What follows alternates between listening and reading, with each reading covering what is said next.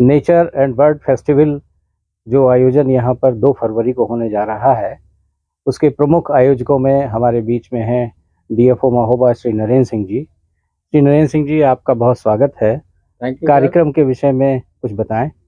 धन्यवाद सर। ये प्रत्येक वर्ष 2 फरवरी को विश्व आर्द्रता दिवस वेटलैंड डे पूरे विश्व में मनाया जाता है और इंडिया में वर्ल्ड फेस्टिवल 2 फरवरी को मनाया जाता है। World festival 7वां world festival Uttar Pradesh में मनाया जा रहा है और इस फेस्टिवल को महोबा में ही क्यों कराया गया, ये आपके मन में प्रश्न है। इसको मैं बताना चाहता हूँ। आगरा में, गौतम बुद्ध नगर में, बनारस में कराए जा चुके हैं। माह जुलाई अगस्त 2022 में वन विभाग की बड़ी कर्मठ और एक्टिव तर्रार महिला विभागाध्यक्ष पहली बार हुई हैं, श्रीमती ममता संजीव दुबे। उन्होंने महोबा का निरीक्षण किया और वो यहाँ पर इको टूरिज्म में संभावनाओं को तलाशने के लिए यहाँ पर आई थी। उसके लिए महोबा जनपद में हमने चरखारी, जिसे जो है बुंदेलखंड का कश्मीर बोलते हैं, उसको दिखाया, टोला तालाब दिखाया, सूरमंदर रहेलिया दिखाया और विजय सागर पक्षी विहार दिखाया गया। विजय सागर पक्षी विहार बहुत पुराने समय से सन 1990 में इसकी स्थापना हुई थी। तब ये मृग विहार, डियर पार्क के रूप में ये स्थापित किया गया था। धीरे धीरे 7-8 साल तक ये चला, लेकिन बजट के अभाव में पशुओं के चारे की व्यवस्था कर पाना जब मुश्किल होने लगा तो डियर्स को उनके नेचुरल हैबिटेट में छोड़ दिया गया और इसको वन चेतना केंद्र और फॉरेस्ट पार्क के रूप में विकसित किया गया।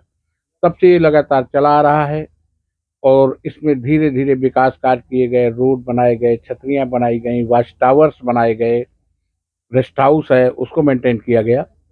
2013 में ये वाइल्ड लाइफ के अंतर्गत चला गया। बजट के अभाव के कारण विकास धीमा पड़ने लगा और ये जो है एक तरह से कमजोर परिस्थिति में आ गया। नरेंद्र सिंह जी, ये बताइए कि जो ऑस्ट्रेलिया और साइबेरिया के पक्षी यहाँ पर आते हैं इस दिवस में, जो ये समय चल रहा है, वो क्या कारण है? ऐसा क्या क्लाइमेट है यहाँ पर जो हजारों किलोमीटर दूर चल कर के पक्षी इस विजय सागर पक्षी विहार केंद्र में आते हैं? जो विदेशी पक्षी हैं, इसलिए जहां पर जैसे चेकोस्लाविया हो गया, बेलारूस हो गया और विदेशी जो क्षेत्र हैं, वहां पर जब भारी मात्रा में बर्फपात हो जाता है, हिमपात हो जाता है, तो जो उनके लिए शरण स्थली हो जाती है, वहां से छोड़ के पक्षियों को हटना पड़ता है और पक्षी दूर दूर तक उड़ते हुए जाते हैं और जहां जिसको प्राकृतिक क्लाइमेट अच्छा मिलता है, वातावरण अच्छा मिलता है, खाने की सुविधा अच्छी होती है, चिड़ियों को रुकने की व्यवस्था अच्छी होती है, जहां उन्हें समझ में आता है वहां ये पक्षी रुकते हैं। लाखों करोड़ों की तादाद में विदेशों से पक्षी इंडिया में आते हैं। कई पक्षी विहार हैं, ओखला पक्षी विहार है, आगरा का सूर सरोवर है, महोबा का विजय सागर है, कीठम झील है, इसी तरह नवाबगंज पक्षी विहार है, भरतपुर वर्ल्ड सेंचुरी है। तो कुछ पक्षी ऐसे होते हैं जिनको ये क्षेत्र बुंदेलखंड का समशीतोष्ण मौसम, जो यहाँ पर गर्मी और सर्दी लगभग बराबर टाइप की पड़ती है और माह दिसंबर और जनवरी के महीने में यहाँ ऐसा वातावरण रहता है जैसा वातावरण में वो पक्षी रहते हैं और उस वातावरण को देखने के बाद वो पक्षी यहाँ पर उतर जाते हैं। और लाखों की तुलना में विजय सागर पक्षी विहार में पक्षी रहते हैं। वन विभाग इनकी सुरक्षा करता है और खाने के लिए इन्हें मतलब पीपल, बरगद, कीड़े, पतंगे, ये सब चीजें मिलती हैं। तो जब संरक्षण मिलता है, भोजन मिलता है, तो पक्षी यहाँ पर टिक जाता है। यही कारण है। डीएफओ साहब, 2 दिन के वृहद कार्यक्रम का कुछ संक्षिप्त रूपरेखा बताइए। इसमें हमने ये सुना है कि इसमें देश के नामी फोटोग्राफर और पशु पक्षी प्रेमी आ रहे हैं, साथ में लखनऊ से आपके विभाग के बहुत और उच्च अधिकारी भी पधार रहे हैं। तो 2 दिन का संक्षिप्त का क्या कार्यक्रम है? मैं बताऊं, इसमें ये हमारा कार्यक्रम वर्ल्ड फेस्टिवल का 1 फरवरी से 3 फरवरी तक के लिए निश्चित हुआ है।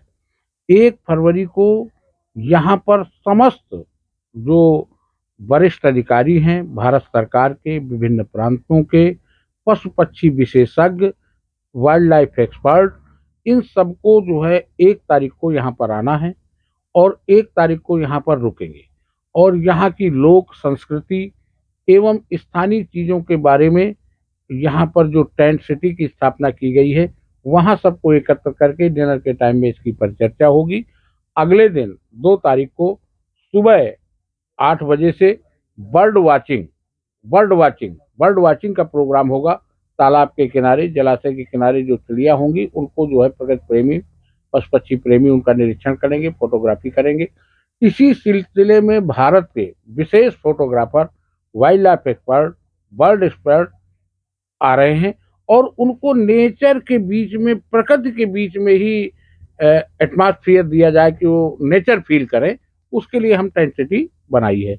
उसके बाद मुख्य अतिथि जो संभवतः हमारे फॉरेस्ट मिनिस्टर होंगे वो हैं, पर्यटन मंत्री हैं, वरिष्ठ IAS अधिकारी हैं और वन विभाग के आला अफसर हैं जो प्रमुख चीफ लेवल के होंगे, भारत सरकार के अधिकारी हैं, उनका कार्यक्रम होगा।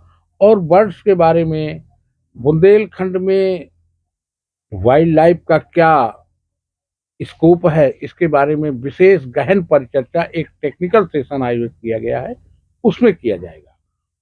ये टेक्निकल सेशन 2 तारीख को है। टेक्निकल सेशन 2 तारीख को है, 11 बजे से 2 बजे तक। उसके बाद में फिर क्या, टेक्निकल सेशन के बाद कुछ क्या कार्यक्रम रहेगा? टेक्निकल सेशन के बाद जो वरिष्ठ अधिकारी आएंगे उनकी आपसी परिचर्चा और बुंदेलखंड और महोबा के इको टूरिज्म के विकास के लिए ही चर्चा होगी, जिसमें स्थानीय जिला प्रशासन और वन विभाग, पर्यटन विभाग, इन लोगों की सम्मिलित परिचर्चा होनी है। और निश्चित रूप से इस गहन परिचर्चा से कुछ ना कुछ मंथन करने पर अमृत जरूर निकलेगा। इसका आशय ये है DFO साहब के बुंदेलखंड के इस महत्वपूर्ण स्थल महोबा में आपके इस कार्यक्रम के माध्यम से ऐसा लग रहा है कि कुछ विशेष और नया पर्यटन की दिशा में होने जा रहा है। आपको इसके लिए बहुत बहुत आभार, धन्यवाद और बधाई इस कार्यक्रम की सफलता के लिए। धन्यवाद। निश्चित रूप से पर्यटन और इको टूरिज्म के रूप में बहुत अच्छा विकास हो रहा है। शर्मा जी, यहाँ पर 2-3 सर्किट हम लोग डेवलप करने का प्रयास कर रहे हैं। टूरिस्ट सर्किट, एक जो फॉरेनर टूरिस्ट हमारा आता है उसको आकर्षित करने के लिए खजुराहो से महोबा, यहाँ का इको टूरिज्म, यहाँ का पुरानी विरासत, उसके बाद बांदा में कालिंजर फोर्ट के बाद चित्रकूट धार्मिक नगरी और उसके बाद बनारस। एक सर्किट ये हुआ। दूसरा सर्किट हमारा हो रहा है दिल्ली से ओखला वर्ल्ड सेंचुरी, उसके बाद सूर सरोवर पश्चिम बिहार आगरा और राष्ट्रीय चंबल सेंचुरी जो घड़ियाल की सेंचुरी है, जो सैकड़ों किलोमीटर में नदी के किनारे किनारे बोटर और स्टीमर से वहां घुमाते हैं, बहुत आकर्षित होता है टूरिस्ट। उसके बाद फिर लाइन सफारी इटावा में बुंदेलखंड एक्सप्रेस से होते हुए महोबा में विजय सागर पश्चिम विहार, टोला तालाब, रहलिया सूर्य मंदिर, चरखारी के 7 लैक्स, देन उसके बाद कालिंजर फोर्ट, चित्रकूट, बनारस। एक और किया जा रहा है कि जो झांसी से टूरिस्ट खजुराहो जा रहा है उसको हम बीच में डाइवर्ट करना चाहते हैं कि खजुराहो सीधे ना जाए बल्कि बाया महोबा जाए, तो महोबा और बुंदेलखंड की विरासत को भी देखे समझे। बहुत बधाई आपको नरेंद्र सिंह जी इस कार्यक्रम की सफलता के लिए। और ये बहुत बड़ा सर्किट जो आप बता रहे हैं, अगर ये बन पाया तो महोबा अपने आप में एक बहुत ऐतिहासिक। वन विभाग इसके लिए प्रयत्नशील है।